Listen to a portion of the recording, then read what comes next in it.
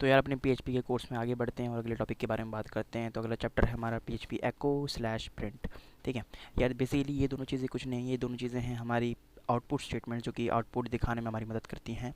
हर एक programming language में उनकी जब आउटपुट आपको चाहिए होता है तो उसके लिए बेसिक फंक्शन क्रिएट किया जाता है।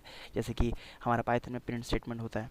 ठीक है, अब यहाँ पे भी प्रिंट स्टेटमेंट है एक, लेकिन पाइथन में प्रिंट स्टेटमेंट होता है। जावास्क्रिप्ट करोगे तो वहाँ पे console डॉट लॉग होता है। ठीक है, सिमिलरली आप सी करोगे तो उसमें अलग है, और जावा करोगे तो उसमें system dot out dot println लिखना पड़ेगा। तो ये सब क्या है, हमारी आउटपुट स्टेटमेंट्स हैं।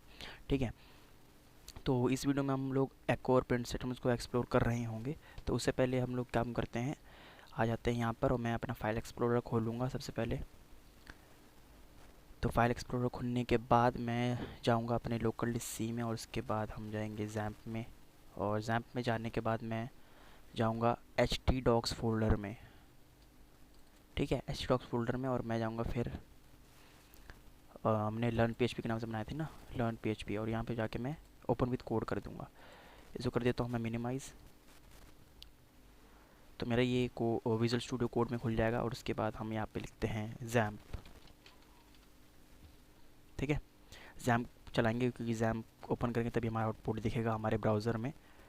तो यहाँ पे जैम्प कंट्रोल पैनल आ चुका है यहाँ पे, और मैं यहाँ पे ओपन पे क्लिक करूँगा। तो ओपन पे क्लिक कर दिया मैंने। अरे ये क्या हो गया, रुको एक सेकंड। तो यार मेरे बहुत सारे टैब्स खुल गए थे, चलो उसको तो मैंने ठीक कर दिया। अब यहाँ पे आ जाते हैं, इसको मैक्सिमाइज़ कर लेता हूँ मैं। तो मेरा विजुअल स्टूडियो कोड खुल चुका है, ये सब काटो यार। ठीक है, और यहाँ पे जैम्प सर्वर में जाऊँगा मैं, दोनों सर्वर स्टार्ट कर लूँगा, अपाची सर्वर और माई एसक्यूएल सर्वर। और इसके बाद मैं इसको मिनिमाइज़ कर लेता हूँ। उसके बाद अपन लोग चलते हैं ब्राउज़र में चलते हैं, और एको एंड प्रिंट स्टेट में थे, तो एको एंड प्रिंट स्टेट में आर मोर और लेस द सेम। या दोनों सेम स्टेटमेंट है, क्योंकि आउटपुट के लिए यूज़ किए जाते हैं। आउटपुट अगर आपको चाहिए तो ये दोनों स्टेटमेंट्स का इस्तेमाल कर सकते हो आप। ठीक है, they are both use to output the data on the screen, यहाँ पे लिखा हुआ है। आगे बात करते हैं, इनमें बेसिक डिफरेंस कुछ नहीं होता। बेसिक डिफरेंस हमारा ये होता है कि एको के पास कोई रिटर्न वैल्यू नहीं होती, प्रिंट के पास होती है। ठीक है, print has return value 1, so it can be used in expressions. तो यार इनका प्रिंट के बारे में, मतलब रिटर्न वैल्यू के बारे में हम तब जान रहे होंगे जब हम फंक्शंस को एक्सप्लोर करेंगे पीएचपी में। ठीक है, तो आगे बात करें हम, echo can take multiple parameters also such as users इसके रेयर, and print can take one argument. इसकी वजह से भी हम कई बार एको का इस्तेमाल करते हैं। मैक्सिमम इस कोर्स के दौरान हम एको का इस्तेमाल कर रहे होंगे, और जो एको है वो मार्जिनली फास्टर होती है प्रिंट से, मतलब थोड़ा सा, मतलब पॉइंट का होता है कुछ। ठीक है, आउटपुट में, तो इसलिए हम एको का इस्तेमाल करते हैं जनरली। तो आइए अब कोड करके भी देख लेते हैं। यहाँ पे पहले हम पीएचपी में एको स्टेटमेंट्स को इस्तेमाल करना सीखेंगे। प्रिंट को यार देखेंगे, टी प्रिंट का इस्तेमाल हम करने नहीं वाले इस कोर्स के दौरान इतना ज़्यादा, तो सिर्फ एको ही देख लेते हैं। तो एको स्टेटमेंट का इस्तेमाल करना सीखते हैं। उससे पहले यहाँ पे लिखा होगा कि एको स्टेटमेंट का जब आप इस्तेमाल कर रहे हो तो पैरेंथेसिस का लगा भी सकते हो और नहीं भी लगा सकते, आपकी मर्जी है। ठीक है, तो the echo statement can be use with और विदाउट पैरेंथेसिस। ठीक है, हम विदाउट भी इस्तेमाल करेंगे, विद भी, जब मन के हिसाब से। ठीक है, आप भी मन के हिसाब से जब भी लगाना लगा लो। लेकिन अगर आपका पूरा पूरा प्रोग्राम अगर एको स्टेटमेंट एक मतलब सीरीज़ में चले, अगर उस बाद से ही पैरेंथेसिस लगा रहे हो तो फिर लगाते रहो। ठीक है, इससे कोड मतलब थोड़ा रीडेबल अच्छा लगता है। ठीक है, अगर आप नहीं लगाते पैरेंथेसिस तो मत लगाओ फिर हर बार। तो चलते हैं, हम कोड करते हैं। कोड करने के लिए हम आएंगे अपने विजुअल स्टूडियो कोड में। यहाँ पे मैं आपके आने के बाद यहाँ पे एक फ़ाइल बनाऊँगा, P H P echo statement statement dot P H P की फाइल हो तो डॉट पी एच पी होगी हमारी इसकी एक्सटेंशन। अब हम यहाँ पे करेंगे कोड, उससे पहले मैं बेसिक स्क्रिप्ट लगा देता हूँ, question mark P H P, और यहाँ पे एंटर मार मार के ऐसे करके। ठीक है, और इसके बाद हम लोग यहाँ पे आते हैं, एक सिंपल सा वेरिएबल बनाएंगे। वेरिएबल बनाने के लिए मैंने बताया था डॉलर साइन का इस्तेमाल करेंगे। var1 लिखूँगा मैं यहाँ पे, और यहाँ पे इसमें डालूँगा मैं सुश, जो कुछ भी बता देते हैं, कोड इंडस्ट्रीज़, और यहाँ पे मैं सेमीकोलन लगाना ना भूलें। और इसके बाद हम एको स्टेटमेंट, इसको आउटपुट करवाएंगे अपने ब्राउज़र में। एको स्टेटमेंट लगाएंगे, एको स्टेटमेंट लगाने के बाद डबल कोट, और यहाँ पे चलो इस वेरिएबल 1 को प्रिंट करते हैं। ठीक है, ऐसा मैंने कर दिया। देखते हैं इसका आउटपुट क्या आता है। सिंपली कुछ नहीं होगा, वेरिएबल 1 की जो वैल्यू है वो हमारी ब्राउज़र में आउटपुट दिख जाना चाहिए। तो हम यहाँ पे गूगल पे आएंगे, एक नई टैब खोलेंगे, और इसके बाद मैं यहाँ पे ये लिखूँगा local host slash learn P H P, जो कि हमारे फोल्डर का नाम था। उसके बाद हमने अपने फाइल का नाम क्या दिया था,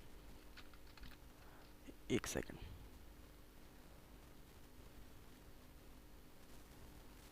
तो लर्न पेज में जैसे ही मैं डायरेक्ट जाना तो इंडेक्स और पेज खोल दे रहा है, लेकिन कोई बात नहीं, हम पेज पी के उसका नाम डालेंगे फाइल का।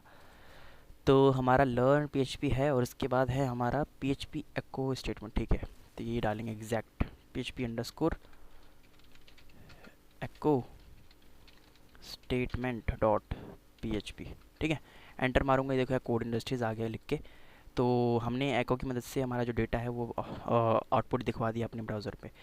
अब यार सिंपली मैं ऐसे भी कर सकता हूँ कुछ, एको मैं डबल कोड डालूंगा। डबल कोड क्यों डालेंगे कि अगर हमने स्ट्रिंग डेटा टाइप है हमारा तो हम डबल कोड्स के अंदर उसे लिखेंगे।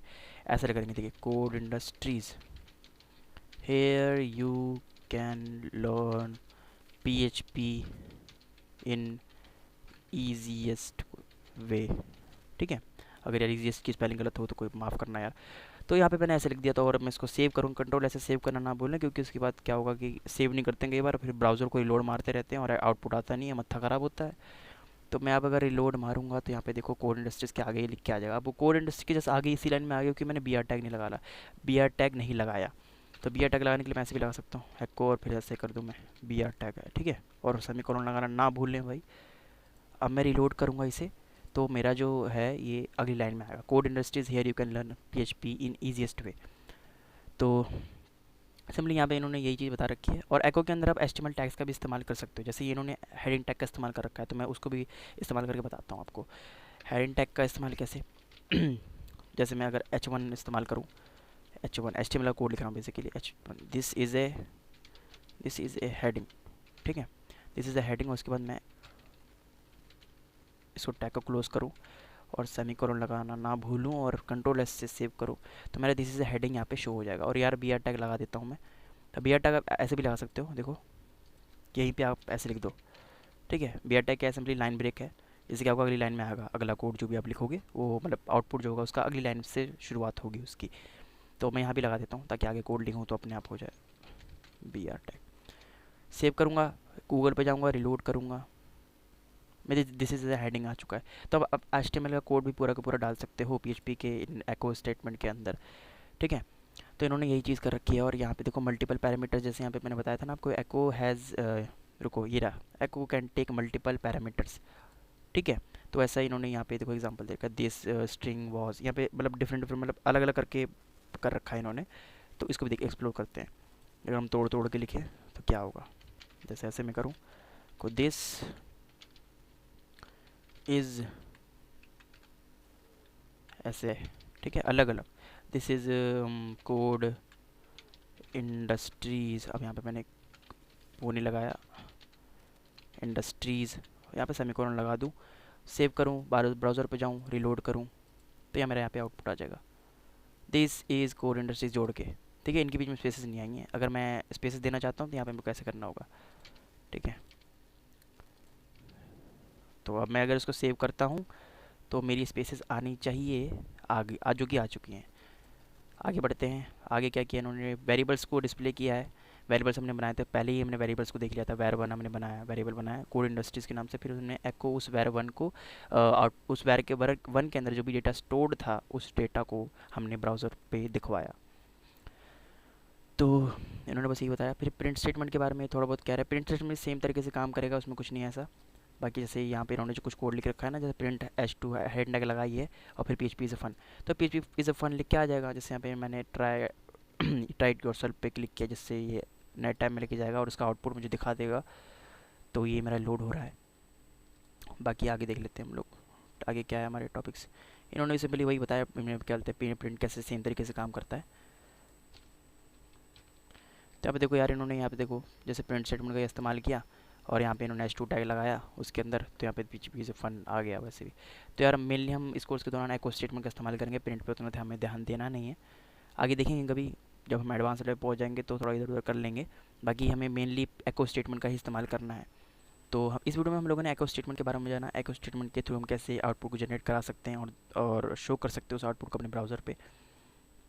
तो ये था इस वीडियो में। अगर आपको इस वीडियो में मज़ा आया, कुछ सीखने को मिला, तो इस वीडियो को लाइक करना, सब्सक्राइब करना चैनल को। अगर आप इस चैनल पे नए हो, ये रहा चैनल मेरा कोड इंडस्ट्रीज़, यूट्यूब पे लिखना आ जाएगा, ठीक है। तो बहुत सारा कंटेंट अभी आने वाला है और आ रहा है। PHP का कोर्स अभी चल रहा है, ठीक है। तो मिलते हैं अगली वीडियो में, तब तक के लिए गुड बाय।